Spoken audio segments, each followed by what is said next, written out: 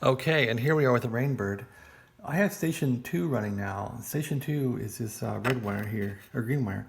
And so this solenoid here was shorted out. It had zero point 0.5 ohms. It was a stud short. And so the Rainbird here will notice that station's a short, and it will disable it. And if you try to even enable and run the station manually when the station is fixed, the Rainbird won't do it because it was shorted. So you have to reset the Rainbird by unplugging the plug, taking the battery out, let it sit for a minute, put the plug back in, put the battery back in, reset your date, and then you're all set. The programming I think will be gone too. So anyway, yeah, when you fix a station, you want to definitely reset the Rainbird because it remembers there was a short, and so it will not enable that station. So anyway, sure enough, I can check the power on station 2 now, and you'll see at 24 volts coming out, which is what I want.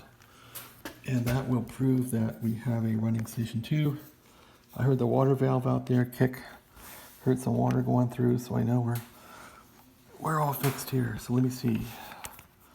Hold the camera, put these wires on here. One wire to COM, one wire to station 2. And sorry about the camera here. Anyway, that gives us what? 24 volts here, roughly.